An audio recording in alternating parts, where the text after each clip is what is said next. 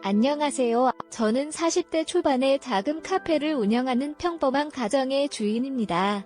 6살 어린 아내와 중학생의 딸을 두고 있습니다. 그날은 출근 준비를 하며 평소와 같이 가게에 가려고 했습니다. 아내가 시간이 되냐고 묻자 제 옷을 준비해주면서 출근 준비를 마쳤습니다. 처제 사부부가 제주도에서 오기로 했다며 공항에 같이 마중을 나가게 되었습니다. 며칠 전부터 이야기했었지만 까맣게 잊고 있었습니다. 아내와 오 약속을 하고 출금을 하고 일을 마무리하고 알바지인들에게 가게를 맡기고 공항으로 떠났습니다. 거의 10년 만에 처제를 다시 만나게 되었는데 아내와 함께 처자를 본다는 것에 매우 신나였습니다. 처제와 쌍둥이 남매가 서로 싸웠던 시절도 있었지만 만나지 못하면 그리움이 더욱 컸습니다.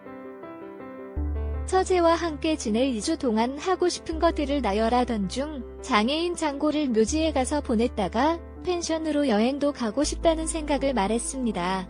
연간 밖도 다는 이유로 여행을 가지 못했기에 아내의 제안에 힘입어 처제와 함께 여행을 떠날 수 있게 되었습니다. 10년 만에 다시 만난 처제는 매일 보는 아내와 같은 모습으로 그대로였습니다. 머리 스타일, 옷까지 비슷하게 입고 와서 놀랐습니다. 동서도 이제 머리가 희끗희끗해지는 중년이 되어가고 있었습니다. 처제는 아직도 애교가 많았는데 멀리서 뛰어와서 나를 안아주었습니다. 여전히 형부가 멋있다며 칭찬하면서 비결을 물어보았습니다. 저도 처제에게 고작 3분 차이인데도 아내보다 더 젊고 이쁘게 보인다며 칭찬을 해주었습니다. 차 안에서는 아내와 처제가 이야기하는 것이 끝이 없었습니다.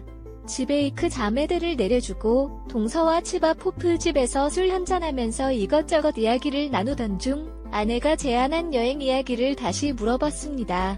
역시나 호탕한 성격을 가진 동서는 좋다며 여행을 가자고 하였고 저녁에는 집에서 여행 계획을 세우며 이야기를 나누었습니다. 나누어지고 성격이 급한 한국인들처럼 다음날 저희는 2박 3일 여행을 떠나기로 했습니다. 장모님 묘에 들러 인사를 하고 한적한 펜션으로 가게 되었습니다. 평일이라 그런지 손님이 저희밖에 없어 바베큐장에서 큰 소리로 떠들면서 시간을 보냈답니다. 술도 마시고 그러다가 저는 먼저 술이 오르기 시작했고 조용히 방에서 잠을 잤습니다. 예상치 못한 일이었지만 아내가 제 옆에 안겨서 누웠습니다. 보통 술을 마셔서 잠만 자는 편이지만 가끔씩 즐겁게 술을 마시고 만취가 되면 저를 괴롭히며 잠자리를 요구합니다. 그날도 그랬고 아내는 격한 반응을 보이며 우리 부부의 사랑 나누는 소리를 지르기 시작했습니다. 옆방에서는 처제 사부부의 소리도 들려왔고 걱정이 되기 시작했습니다. 이어서 뜨거운 사랑을 나누었지만 나중에 화장실에 가고 싶고 목도 말라 방에서 나왔습니다.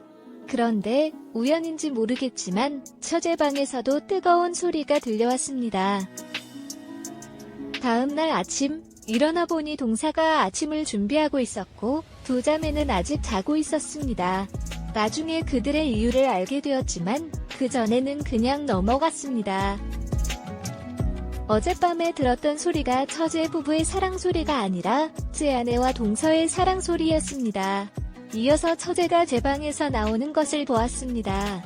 저는 그들보다 먼저 잠이 들어서 어떻게 이렇게 된 것인지는 알 수 없었습니다. 그들의 대화를 들어보니 여장은 술이 취해서 전혀 기억을 못하는 것 같았고 동서는 본인의 실수에 당황해하고 있는 것 같았습니다.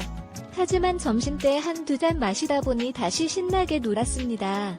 오늘은 절대 먼저 취하지 않겠다고 다짐했습니다만 술 얘기에는 재량이 없어서 둘째 날도 먼저 잠이 들었습니다.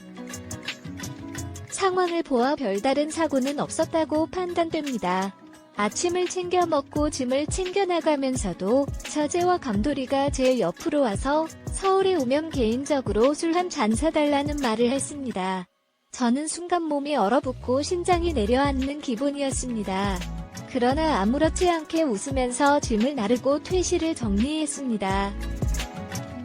돌아오는 길에 운전하면서 머릿속은 한없이 복잡해졌습니다.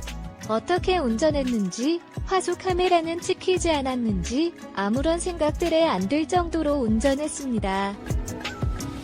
집에 도착해서도 지난 날의 일에 대한 걱정으로 마음이 불안해졌습니다.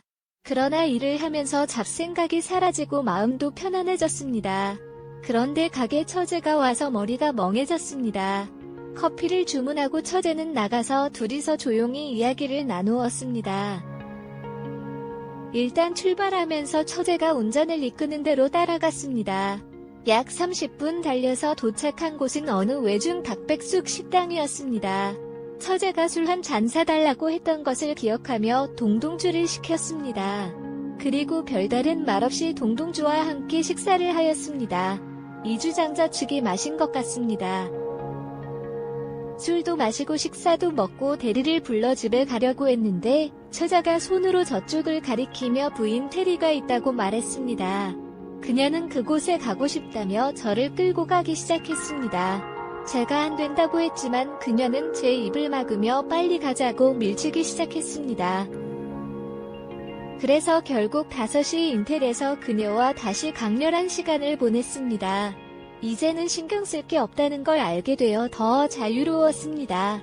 그래서 수립계약할 수 있는 명부를 써야 했지만 몇 시간간의 짜릿한 시간을 보내고 무사히 집에 도착했습니다. 그날은 그렇게 처자와의 불같은 시간을 보내고 집에 들어갔습니다. 어느새 2주가 지나고 처자를 공항에 데려다주고 가게로 돌아왔습니다. 이에게 제주도에 잘 도착했다는 글과 함께 다음에도 둘이서 술 한 잔 꼭 하자는 문자가 왔습니다. 물론 자주 보고 살지 않는 처자지만 앞으로 그녀를 어떻게 봐야 할지 모르겠습니다. 그 문자가 이 관계를 앞으로도 이어나가자는 의미인 것 같은데 난감합니다. 지난 일은 비밀로 끝내도록 하겠습니다. 이상입니다. 구독과 좋아요, 알림 설정을 부탁드립니다. 긴 글을 읽어주셔서 감사합니다.